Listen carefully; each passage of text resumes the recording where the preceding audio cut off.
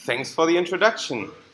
So yeah, even though I don't have a badge, because apparently we ran out of name tags, I still work here. Funny enough, last weekend I checked which employee number I have. Turns out I had 4 already. We're now over, just FYI, we're now over 290. My first employee number was 5. So I've been here quite some time. On and off relationship, you could say. But yeah, always came back because it's really interesting stuff. Even though B2B, business process management, sounds a bit boring in the beginning, if we're honest. Okay, anyway, that's not what the talk is about. But yeah, so my name's Philipp, Phil. This is my Twitter handle. I think the slides will be shared somewhere probably. So there's also one other talk that I gave on in one of our tech talks and also a couple of other places. If you're interested, look at it. And actually, I don't deserve any credit for what I'm going to talk about today. Jan does. Jan is also here. Because I'm essentially showing off his library. Plus, the latest version doesn't work because of me. So yeah, double props for me. Also, fun fact, 2 years ago, Jan did a talk, I think also with React, it was before React Day Berlin, on essentially the same topic, but mostly motivated the whole thing. So why does it make sense, or why did we even come up with such a library? So if you're interested in this, go ahead, watch this talk. I also put the YouTube link in there. And now let's get started. But before, some context. So why did we even start thinking about this? It all started with this. This is one open source library we provided. It's called React Mentions. It's essentially, get a text area. You can press add, or essentially whatever you define that your trigger key is going to be. And then it opens up a list of suggestions. We've built this when React was young. And the only library we could find to do this was based on jQuery. So we didn't have a choice but to build it our own. And since one of the things that we didn't like about the libraries we could find out there was that they always ship with huge amounts of styles that absolutely did not fit our application, we tried to build libraries, and this is, I think it's nicely expressed in how ugly this example page looks like. And essentially, if you look for any example page of one of our open source libraries, they're all going to look this ugly, because we tried to keep the styling to a minimum. And that's the thing. So you can't, get rid of it completely, but we tried to keep it to a minimum, right? So this is, like positioning, for instance, of elements, so that in order, you need to implement the styles that essentially enable the functionality. But I think I'm getting ahead of myself. So first of all, let's go back a bit. Like, if you build a library, what are the things you are maybe thinking about? So first of all, of course, functionality. What follows functionality are essentially, what's the dependencies of your library? So essentially, what are you imposing on everyone else that is going to use your library? And the first thing you can think about are other libraries. So you might want to choose, I don't know, React. You might need jQuery to do some things. Maybe not so many libraries now need jQuery, but back then, maybe. Also, I think one big mistake that we made in a couple of libraries was including Lodash for stuff that actually didn't need Lodash, but you use it always, so you put it in there, and then your bundle is huge. So but essentially the point I want to make is, if you need other libraries to run, there is an easy way to specify this. That's your package JSON, right? So for instance, for React, you just put the React versions you're compatible with into your peer dependencies, right? Not your dependencies, because then you get multiple versions of React in one page and it's gonna suck. So please always peer dependencies, but maybe also some of them into dependencies, right? So this is a solved problem, right? If you need other code, put it in there, boom, that works. What else? Browsers. So maybe you're also using some of those new APIs, like some methods on arrays or objects or whatever. that you want to use and that aren't generally available in all the browsers. So read Internet Explorer as of today. But still, once again, essentially there are solutions to this. So please don't take this too seriously. So don't include barbell polyfill in your dependencies, maybe. But I think the point I want to make is clear. So essentially, you can use barbell press at end, for instance, specify the range of browsers you want to be comfortable with in any case, and then the transpiling happens in a way that all of the modern browsers are supported, maybe the older ones not, but it's explicit, right? And then if someone comes in, wants to use your library, all they have to do is essentially polyfill the things that you don't polyfill, or where you say, I don't want to even try to be comfortable with that. But there are solutions, and barbell polyfill is like the big shotgun of things, right? So if you want to be sure, you just include that, and then everything's patched up for all the browsers. But one dependency, this is where the circle closes kind of, is styles.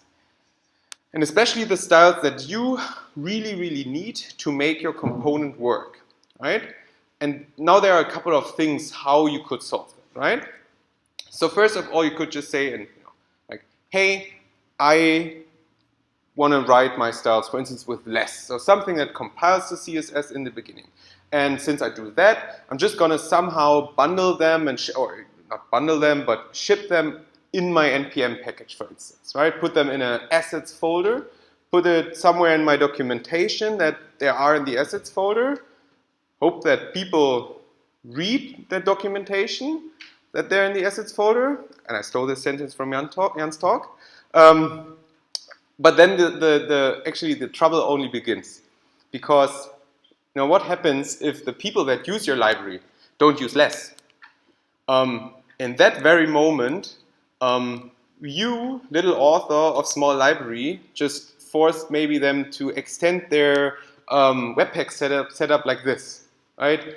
Oh, I need a less loader, maybe a post CSS loader to make sure that or some certain styles are prefixed for older browsers, then the CSS loader itself, then the style loader, and this can be quite an overhead, plus also increase actually the bundle size of that application unnecessarily, right? Because it's only about you, right? So you've now made yourself into a problem, right? And you make it even harder for others to actually use and include your library. So now you could say, okay, I'm not going to use less. I'm just going to use plain CSS. So how does this improve this problem? Wow. You've just removed one line. Still, people have to know about the CSS. They have to include the CSS. They have to jump maybe through hoops to use that CSS. And this kind of sucks. So we also thought there must be a better way to do this, to handle this. And and maybe you're now thinking, okay, if I don't want to include CSS, you actually say, well, then I'm just going to use inline styles. I'm just going to put them in there, since they are supposed the most essential styles.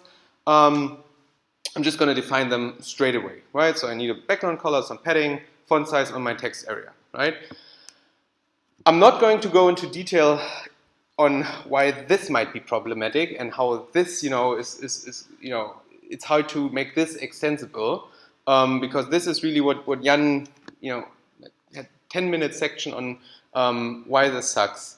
Essentially, it all drills down to how can you make sure to address the right elements with styles? How can you override inline styles? And everything around that. And how does this solution even cope with the different, for instance, CSS in JS approaches that exist as of today, right? So to recap this first section, essentially, what I want to get across is it's hard to share styles. There is no common good way to define style dependencies for shared components.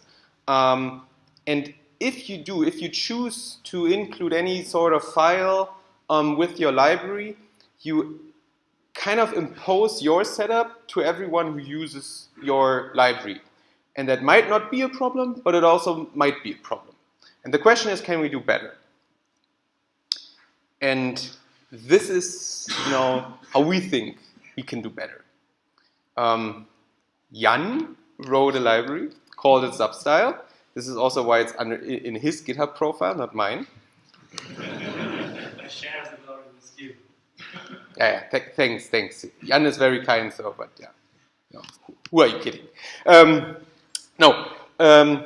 And I'd like to show you a bit, how this works, right? And why we think it's better.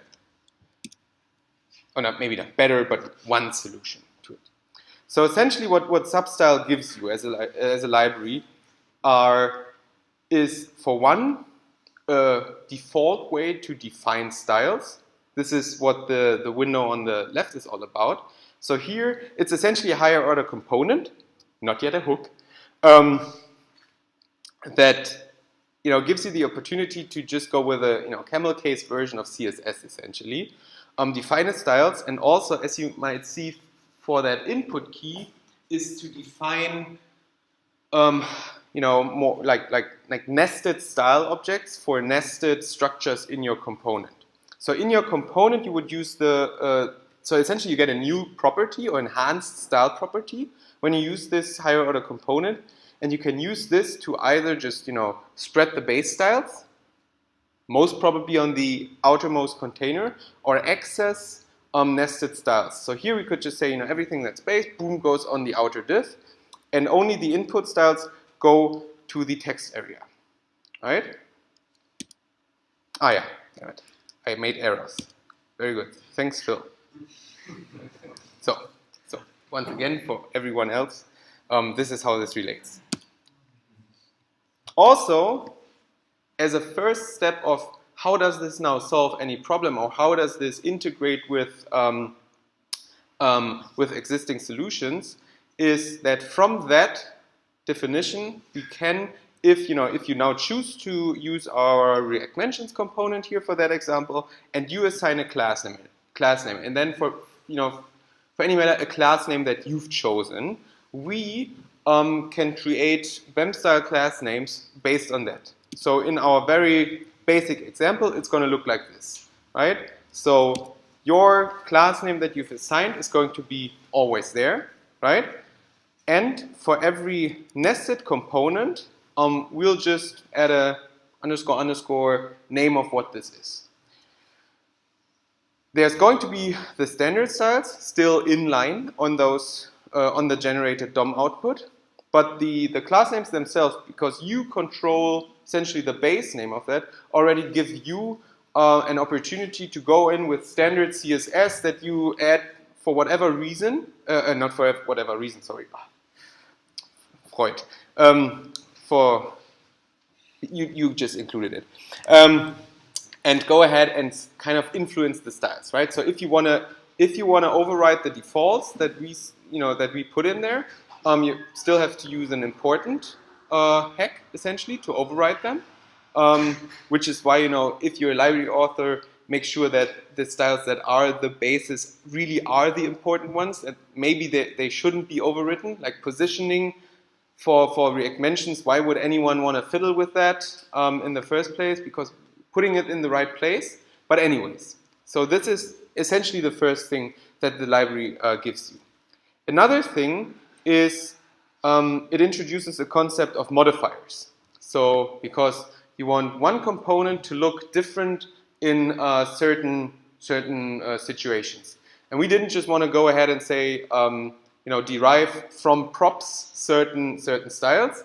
We actually want to discourage this as much as possible, because turns out you get weird results from that.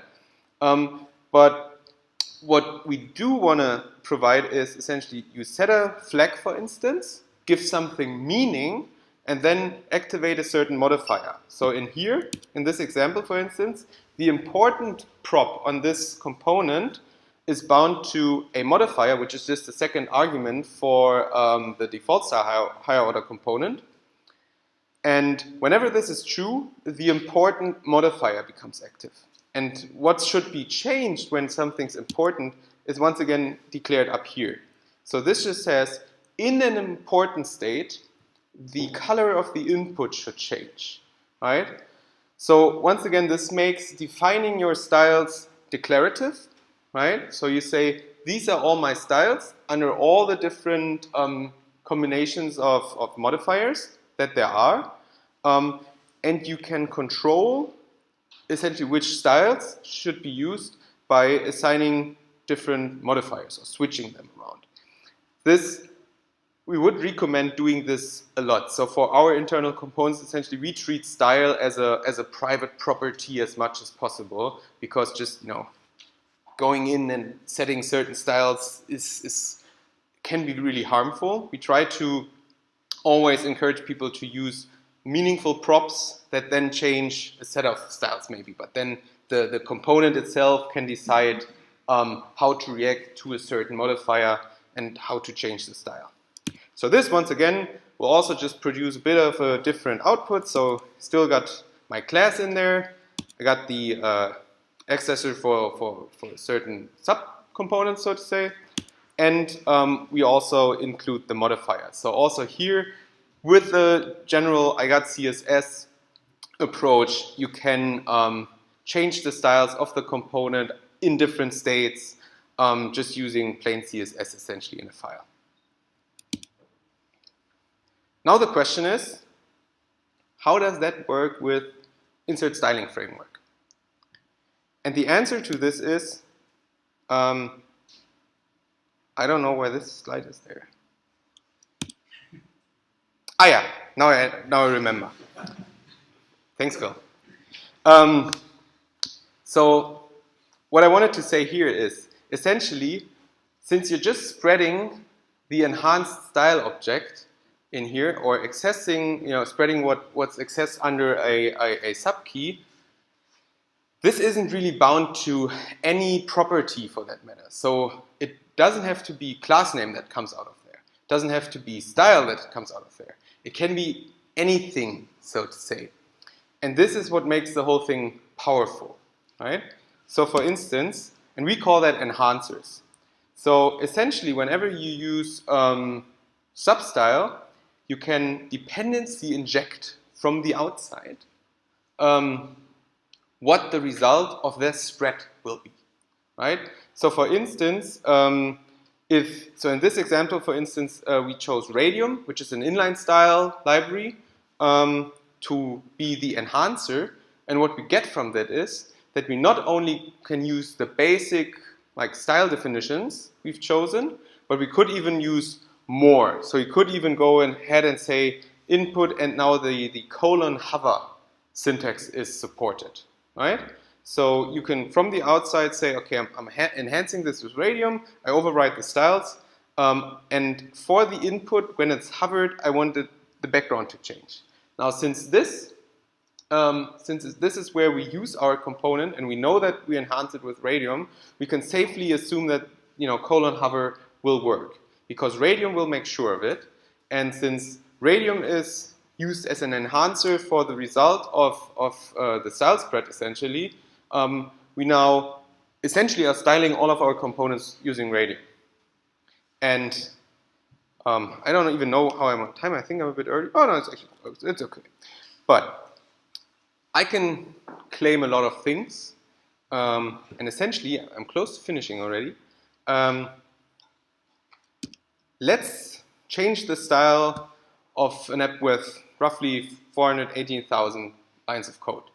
And this is our very own app, Workflow Accelerator.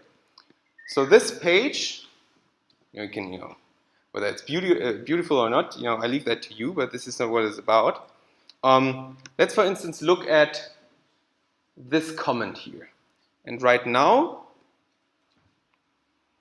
this thing you can see, currently everything on that page is styled through inline styles. Actually, it is using Radium, and I'd like to change that. So because we found that if you put inline styles on every element there is, this is going to slow down your app quite a lot, and also it's pretty heavy on the DOM.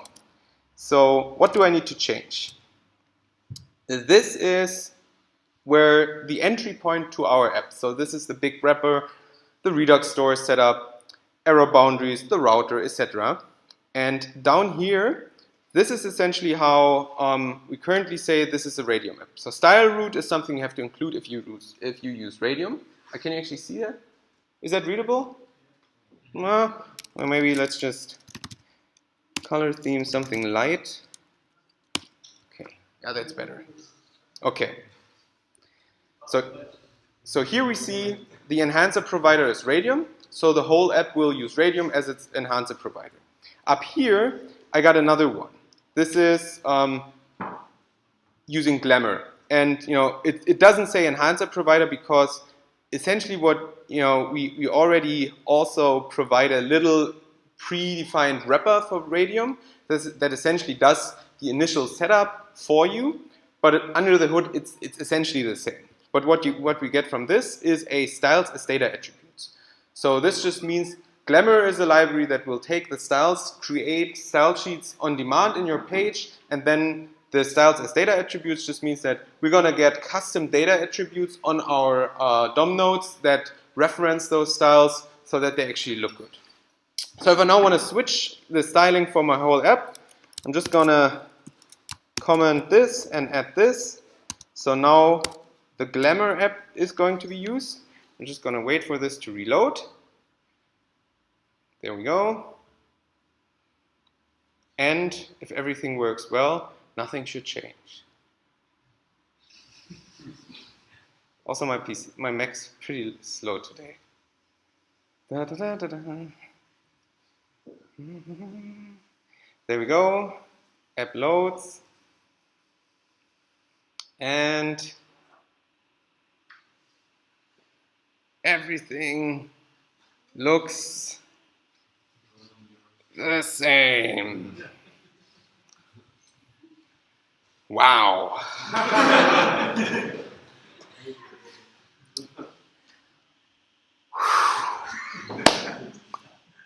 I don't know what this is. I hope it's just the projector or my Mac's a bit shy.